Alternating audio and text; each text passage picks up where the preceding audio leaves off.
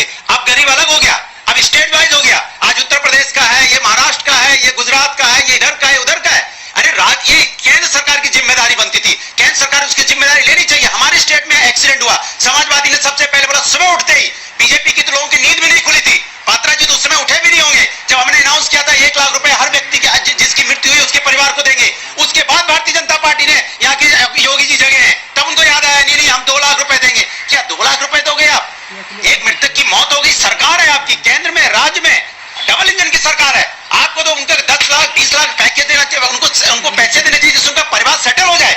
ये लोग सिर्फ राजनीति करना जानते हैं, ये गरीबों से वोट देना जानते हैं। जब गरीबों की मदद करने की बात आती है तो स्टेट वाइज बात करने लगते हैं। जहां जहां इनकी सरकार नहीं है, क्या गुजरात में मजदूर परेशान नहीं है? क्या गुजरात में मजदूर नहीं घुस रहा है रोड पे? आपने अभी विजुअल देखे होंगे, रोड पे चिल्ला रहा है, मुझे खाना दो, मुझे सैलरी दो, नहीं मुझे यूपी भेजो, मुझे बिहार भेजो, चिल्ला चिल्ला के कह रहा है। गुजरात के कौन है? बीजेपी की गवर्नमेंट है गुजरात में, तब तो आपकी आवाज नहीं निकलती है। कमाल के लोग हैं भारतीय जनता पार्टी के, इसको बांटने में लगे। ये स्टेज वाइज हो गया। अरे केंद्र सरकार की जिम्मेदारी, आप एक ऑर्डर इशू करते कि सारे लोग जाएंगे, सारे लोग को घर पहुंचेंगे, किसी लोग की मृत्यु नहीं होगी, कोई लोग भूखा नहीं मरेगा। आपके यहाँ लोग भूखे मर रहे हैं इस देश के अंदर। शर्म की बात है भारतीय जनता पार्टी की। आपकी बात राजनीति की बात होने लगती है। भदौरिया एक चीज दिखाते हैं अपने दर्शकों को, सबको पता लगना चाहिए परिस्थिति इस समय देश में कैसी है। और आपने कहा कि मजदूर साइकिल पर जाने को मजबूर है। सर, आपकी पार्टी के नेताजी तो साइकिल पर देखकर उसमें भी आपदा में अवसर तलाश रहे थे कि हमारे चुनाव प्रचार का माध्यम बन जाएगा कि देखो साइकिल ही काम आएगी। पर उससे जुड़ा एक आपको और पहलू दिखाते हैं। एक चिट्ठी लिखी, देखिए, एक व्यक्ति ने, जो मजदूर था, साइकिल उठाकर चोरी करके ले जानी पड़ी उसे, क्योंकि वो अपने दिव्यांग बच्चे को लेकर जाना चाहता था, उसके पास साधन नहीं था, तो वो किसी की साइकिल उठाकर ले गया, लेकिन चिट्ठी लिखकर छोड़ गया, नमस्ते मैं आपकी साइकिल लेकर जा रहा हूं, हो सके तो मुझे माफ कर देना, क्योंकि मेरे पास कोई साधन नहीं, मेरा एक बच्चा है, उसके लिए मुझे ऐसा करना पड़ा, क्योंकि वो विकलांग है, चल नहीं सकता, हमें बरेली तक जाना है। ये उस व्यक्ति ने, जो कि साइकिल किसी से बिना इजाजत लेकर चला गया, वहां चिट्ठी छोड़ दी। लेकिन इस साइकिल पर भी राजनीति होगी। संबित पात्रा, जवाब दीजिए जो सवाल अनुराग भदौरिया ने उठाए, उसके बाद भदौरिया जी से भी सवाल लेंगे और माधव आनंद से भी जरा कमेंट लेंगे उस बात पर जो अजय आलोक ने बोली। संविधान क्यों होता है? मानवता खत्म क्यों होगी? इंसानियत खत्म क्यों होगी? अनुराग जी, तो आप बहुत दिन के बाद आए हैं, थोड़ा सा आपको एक चीज बता दूं मैं। एक सेकंड संबित जी, एक सेकंड संबित जी। अनुराग जी बहुत दिन के बाद आ रहे हैं, आपको एक चीज बता देता हूं। एक तो वैसे ही 24 लोगों ने जान गंवाई है, थोड़ी उनके लिए संवेदना रखते हुए चीखना चिल्लाना, एक दूसरे का कपड़ा फाड़ना, उसको कम कर लें। दूसरा, सर, आप लोग स्काइप के जरिए कनेक्टेड है, मोबाइल फोन के जरिए इंटरनेट से कनेक्टेड है, आप लोग एक दूसरे पर चिल्लाएंगे तो दोनों में से किसी की आवाज सुनाई नहीं देगी। सर, केवल इतना मेरा निवेदन है, जब आपका समय हो आप बोले, मैंने कोई टोका टाकी नहीं किया, आपको पूरा 1-1.25 मिनट बोलने दिया, हर वक्ता को बोलने दे रहा हूं, तो प्लीज सर अपने अपने समय पर बोले, अच्छा लगेगा, लोगों को समझ में भी आएगा। संबित पात्रा, जवाब दीजिए कि जब आप वोट लेते हैं तो सब एक होते हैं आपके लिए, आप कहते हैं सबका साथ, सबका विकास, सबका विश्वास, लेकिन अब जब घर पहुंचाने की बारी आई तो आपने बांट दिया कि राजस्थान का मजदूर है, ये मध्य प्रदेश का मजदूर है, ये छत्तीसगढ़ का मजदूर है। बोलिए। ठीक है, देखिए, पहली बात तो है, आप याद करिए, मैं एक एक करके सबका जवाब दूंगा क्योंकि 4-5 प्रश्न आए हैं, मैंने लिख रखा है। नंबर 1, आप याद करिए, औरंगाबाद में जब ट्रेन की पटरी पे चलने से 16 मजदूरों की मृत्यु हो जाती है, तब किसी ने नहीं कहा कि महाराष्ट्र के मुख्यमंत्री के कारण हुआ है, कि महाराष्ट्र में कहीं ना कहीं शासन में ढिलाई है उस कारण हुआ है। मोदी जी के कारण हुआ है जी, ये तो महाराष्ट्र की सरकार तो बहुत बढ़िया है। और आज जब उत्तर प्रदेश में हुआ है तो सब कुछ योगी जी के कारण हो गया है। एक्सीडेंट पे भारतीय जनता पार्टी ने उस समय भी राजनीति नहीं की थी, हमने नहीं कहा था कि महाराष्ट्र की सरकार की गलती है, हमने कहा ये एक्सीडेंट है, दुखद है, और आज भी एक्सीडेंट के ऊपर राजनीति नहीं होनी चाहिए। नंबर 1। नंबर 2, आप बार बार कह रहे हैं कि देश तो पूरा एक है, मगर फिर ये हरियाणा के लेबर है, ये श्रमिक उत्तर प्रदेश का है। देखिए जी, कुछ राज्य श्रमिक ज्यादा है उनके राज्यों से, उनके राज्यों में श्रमिकों को पहुंचाना है, एक फेडरल स्ट्रक्चर अर्थात संघीय ढांचा है। इस देश में तो हालत यह है, आप याद करिए, ममता बनर्जी तो अपने ही, हमारे ही बीएसएफ और हमारे आर्मी के जवान जब उनके राज्य में पहुंचते हैं तो उनको लगता है कि सत्ता से हटाने के लिए कहीं ना कहीं केंद्र सरकार आर्मी की इस्तेमाल कर रही है। और नोटिफिकेशन की बात की गई, अभी कहा गया कि नोटिफाई क्यों नहीं किया सेंटर ने। 4-4 चिट्ठियां लिखी गई ममता बनर्जी को, कोई 1-2 चिट्ठी नहीं लिखी गई। ये संघीय ढांचा है, रोज गवर्नर तो एक बार देखा तो रोहित जी आपके शो में बैठे थे, आपके शो में धनखड़ जी बैठ के हाथ जोड़ के ममता जी को एक सेकंड में कंप्लीट कर दूं, मैं दूसरों के बीच में नहीं घुमा रहे हैं। और बिल्कुल रोहित जी ने सही कहा कि ये मार्केट घुमा नहीं होनी चाहिए, या मैं भी आपके पीछे बोल सकता हूँ। नहीं तो मैं मजदूरों की बात हो रही है, सुनते पे रहिए ना। मजदूर का आप चलेंगे, कौन बात घुमा रहा है, कौन बात बना रहा है, लोगों को देख के तय करना आता है। तू मैं की डिबेट नहीं है, एक एक करके बोलने सब लोग अपनी बात पब्लिक अपने आप तय कर लेती है। ये दंगल ऐसा है जिसमें रेफरी जनता घर बैठी हुई वो डिसाइड कर लेते हैं किसने बात बनाई किसने घुमाई। देखिए संबित पूरा कीजिए फटाफट, फिर अभय दुबे आपके पास। देखिए रोहित जी अभी अभय दुबे जी ने कहा असीमित पावर होता है सेंटर के पास, सेंटर अपने डिजास्टर मैनेजमेंट के अंतर्गत असीमित पावर का इस्तेमाल करे और राज्यों को दरकिनार करते हुए सबको बराबर से देखे। बिल्कुल हम चाहे, असीमित पावर का अर्थ होता है एक तरह से इमरजेंसी लगा देना। यहाँ तो ममता बनर्जी तैयार ही नहीं है। होम मिनिस्टर को अभी 4 दिन पहले चिट्ठी लिखना पड़ा कि ममता दी कृपया करके ज्यादा ट्रेन अलाउ करो। उस पर भी बहुत धक्का खा के ममता बनर्जी ने कल कहा है चलो 30 तारीख तक 105 ट्रेन अलाउ करेंगे। मैंने आपसे एक सवाल पूछा, आपने जवाब नहीं दिया उसका। बंगाल के अंदर मैंने आपको संजय सिंह का ट्वीट करके सुनाया ना, जो आपके ही हिसाब से मैथमेटिक्स बता रहे हैं और कह रहे हैं कि इस हिसाब से तो 333 दिन लग जाएंगे लोगों को घर पहुंचाने में। या आप ये मान के बैठे हैं कि 4.5 करोड़ मजदूर घर नहीं जाना चाहते, उनमें से कुछ 20-25 लाख हैं जिनको घर जाना है, मैं बता रहा, बाकी जो जहां है वहां रहने को तैयार है। मैंने तो कहा, देखिए बहुत स्पष्ट रूप से मैंने आपको शुरू में कहा, कल प्रेस कॉन्फ्रेंस में भी कहा, 20 लाख मजदूरों को, हमारे कैलकुलेशन के हिसाब से 20 लाख मजदूरों को ही इस पूरे प्रक्रिया में शामिल करना है। ठीक है। अगर 4.5 करोड़ नहीं, वैसे देखा जाए तो माइग्रेंट वर्कर 10 करोड़ हैं इस देश में।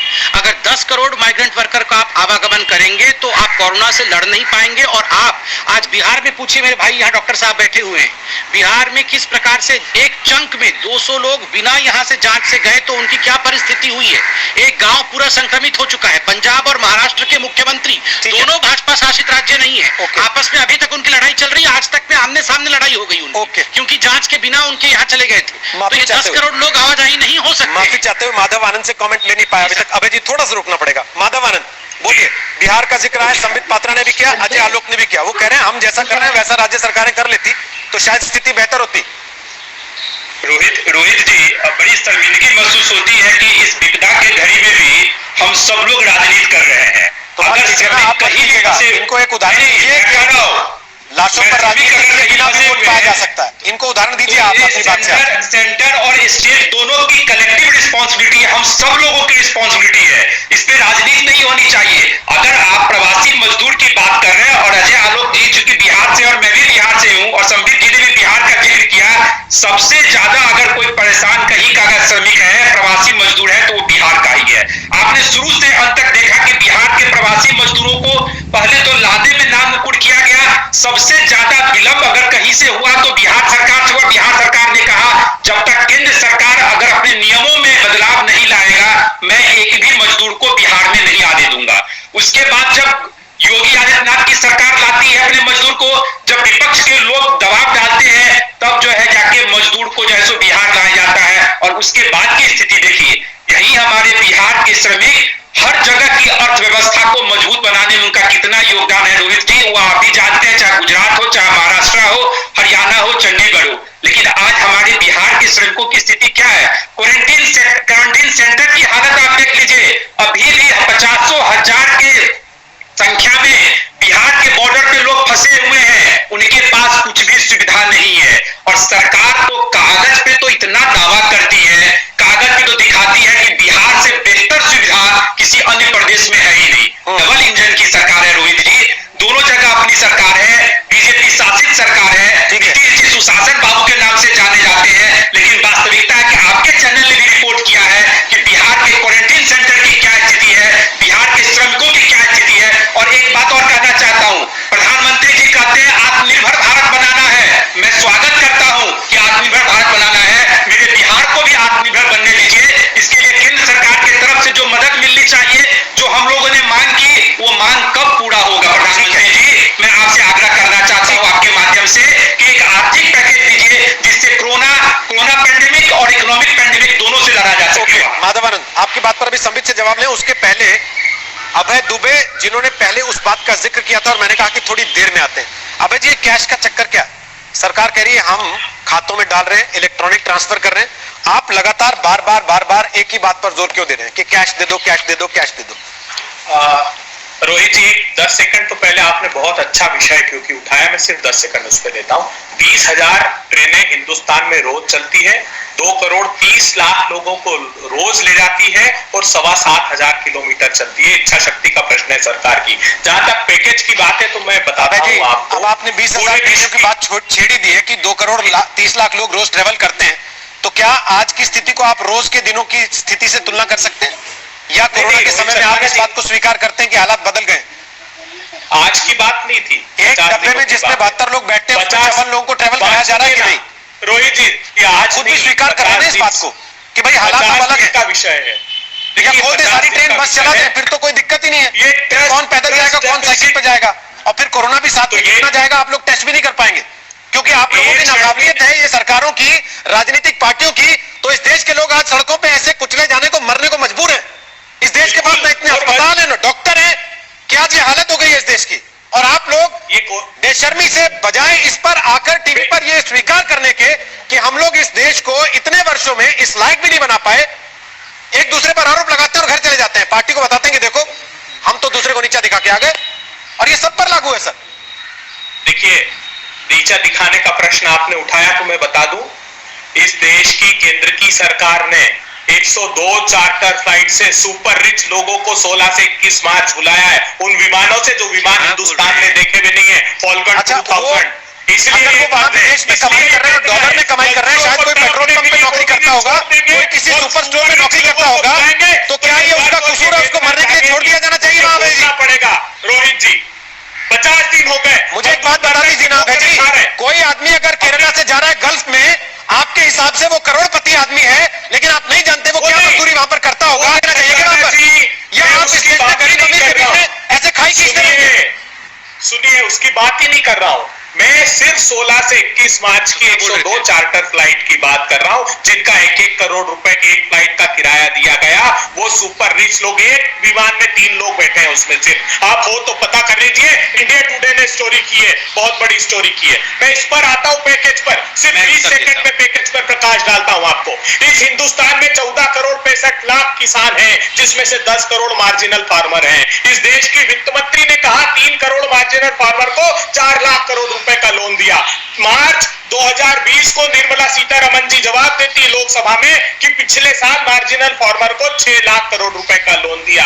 वो मुद्रा योजना की बात करते हैं, 1500 करोड़ रुपए की राहत, 3 करोड़ लोगों को 500 रुपए की राहत उन्होंने बांट दी। वो श्रमिकों के खाते में 1 पैसा भी वो डालना नहीं चाहते हैं। मैं साफ कहता हूं उनको कि जो एमएसएमई से लेकर, किसान से लेकर मार्जिनल फार्मर तक बात किए, 1 पैसा एक आदमी के खाते में तो गया हो तो बता दो। सिर्फ कर्ज और कर्ज, जब डिमांड ही नहीं है तो क्या कर्ज दोगे आप? 8 लाख करोड़ रुपए रिकॉर्ड है। बैंकों ने आरबीआई में फिर पार्क किया कि कोई लोन देने वाला नहीं। और आज की बात नहीं है, ये कोविड क्राइसिस के पहले की बात बता रहा हूं। 58 साल का सबसे कम क्रेडिट लिया है उद्योगपतियों ने। 70 साल में सबसे ज्यादा कंजम्पशन कम हुआ।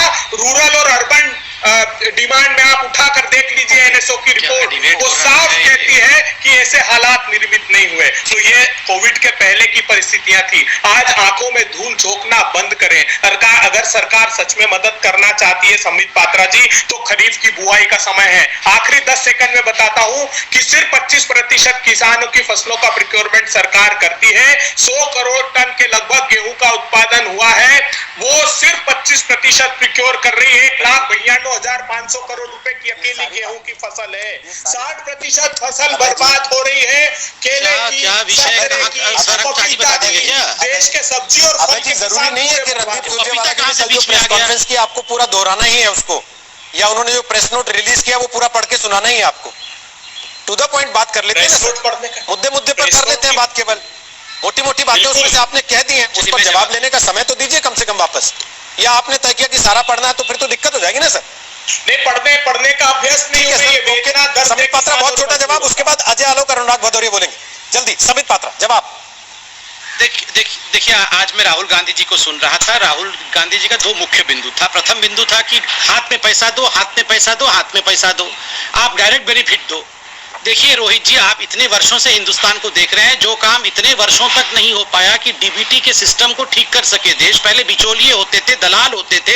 राजीव गांधी खुद कहते थे 100 पैसे भेजता हूं 15 पैसे पहुंचता है। आज हाथ पे पैसे गया है, ये लिस्ट लेके आया हूं। आपने कहा छोटे में बोलना है, मैंने प्रेस कॉन्फ्रेंस से बोला हूं, यहाँ नहीं पढ़ूंगा। कैसे 40 करोड़ लोगों तक कितना कितना पैसा गया है, ये सब लिखा हुआ है। समय नहीं है इसलिए आपने अनुमति नहीं दी तो पढ़ नहीं रहा हूं। दूसरा, राहुल गांधी ने कहा कि मैं दूर से देख रहा हूं, दूर से देख रहा हूं, तूफान आ रहा है, तूफान आ रहा है। राहुल गांधी भैया, किनारे पे खड़े होकर, लाइट हाउस पर खड़े होकर दूर से तूफान देखना अलग बात है। कश्ती पर सवार होकर मल्हार बनकर तूफान को बचाना, कश्ती को, ये फिर आ गए बीच में। मैं तो बीच में बोल, सुनिए, पहले इनको शांति हम तो निश्चित किनारों पे खड़े ही नहीं है। रोहित जी, मैं तो बीच में बोलता नहीं हूँ कभी भी। अबे जी आप बोलिए तो मैं पढ़ देता हूँ। रोहित जी, मैं कभी किसी के बीच में बोलता नहीं हूँ। पूरा प्रेस में आप बोले तो मैं पढ़ के सुना देता हूँ पूरा, ताकि उसके बाद वो जॉइंट प्रेस कॉन्फ्रेंस थी। आप बोले देखिए मैंने कुछ नहीं टोका, ना किसी और वक्ता ने टोका। आपको भी समझ में आ रहा होगा कि अब स्काइप के जरिए जब आप कनेक्ट होते हैं तो फिर सुनने में भी देरी होती है और आपके जवाब को वापस आने में भी 3-4-5 सेकंड का समय लगता है। तो सर उसमें घपला हो जाता है, लीजिए जरा आराम से, घालमेल से गड़बड़ हो जाती है। इसलिए मेरा निवेदन है एक एक करके बात कर लीजिए, कम से कम वापस जाएं तो आपकी पार्टी के लोग कहें तो कि आपने अच्छा बोला, आपकी बात सुन पाए। ये तो ना कहें कि क्या करके आए हो, कुछ समझ में तो आ नहीं रहा था। सभी जी फटाफट पूरा कीजिए। अनुराग भदौरिया, अजय लोग वेट कर रहे हैं, जल्दी। फटाफटी कर रहा हूँ बीच, हाँ फटाफटी कर रहा हूँ। देखिए, दूर से खड़े होकर तूफान आ रहा है कहना बहुत आसान है, मगर कश्ती पे सवार होकर मल्हार बनकर तूफान से कश्ती को बचाना ये मोदी जी कर रहे हैं। और राहुल गांधी बोल रहे थे कार्बोरेटर में फ्यूल भेजो, कार्बोरेटर में फ्यूल भेजो। अरे भैया राहुल गांधी जी, कार्बोरेटर में इतने वर्षों तक भ्रष्टाचार जमा हुआ था, साफ भी किया है, फ्यूल भी भेजा है, इंजन चल रही है, चिंता मत करो आप। देश को निकाल के मोदी जी लेके जाएंगे और कर भी रहे हैं। आप बोले तो मैं ये पढ़ दूं अमाउंट कितना कितना किसके अकाउंट में गया है, ताकि इनको सुविधा हो। सर आज आपकी पार्टी 6 साल के जश्न के मोड में भी आ गई। आपकी पार्टी ने वीडियो ट्वीट किया बहुत लंबा सा एक कि 6 साल बेमिसाल।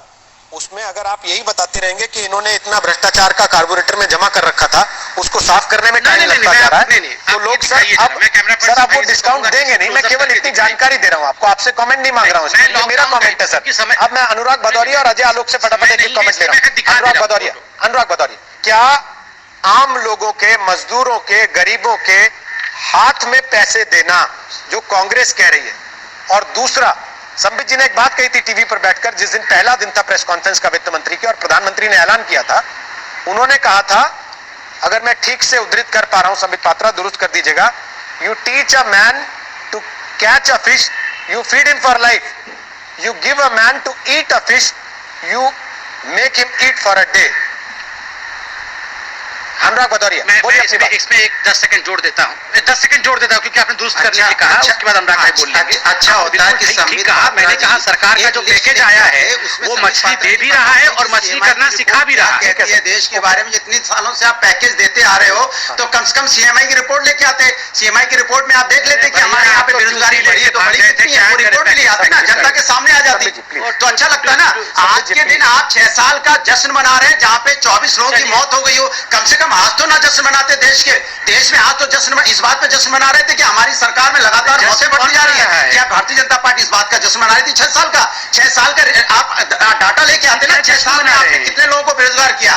देश के अंदर में गरीबी रेखा के नीचे जो लोग 17 करोड़ थे 23 करोड़ हो गए, ये भी बताते जनता को कि 6 साल में हमने 8 करोड़ बढ़ा दिए जो गरीब रेखा के नीचे आ गए। आप ये भी बताते जनता को, जहां पे 1% 2% लोग बेरोजगार होते थे, हमने जाके 50% ये भी बताते जनता को। जनता को यही बताते कि सीएमआई की रिपोर्ट कहती है 40 साल से जो नीचे हैं वो 52% बेरोजगार हो चुके हैं, और जो 40 साल के ऊपर है वो 48% लोग बेरोजगार हो चुके हैं। ये भी बता देते हैं आप, ये नहीं बता पाएंगे आप। सच बताने में आपको डरता है, क्योंकि सर बताने की हिम्मत नहीं आपके अंदर में, क्योंकि आपने 6 साल में सिर्फ देश को बर्बाद किया, आपने देश को गरीबी खड़ा कर दिया है, उस जगह खड़ा कर दिया जहां लोग पैसे देखने के लिए तरस गए हैं, लोग आत्महत्या पे मजबूर हो गए, किसान लगातार आत्महत्या कर रहे हैं, आत्महत्या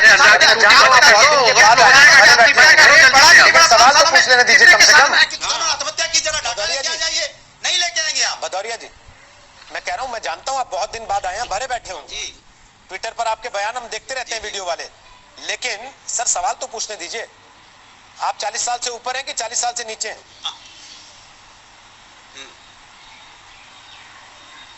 मैं तो 40 साल से ऊपर हूँ। अच्छा ठीक है सर।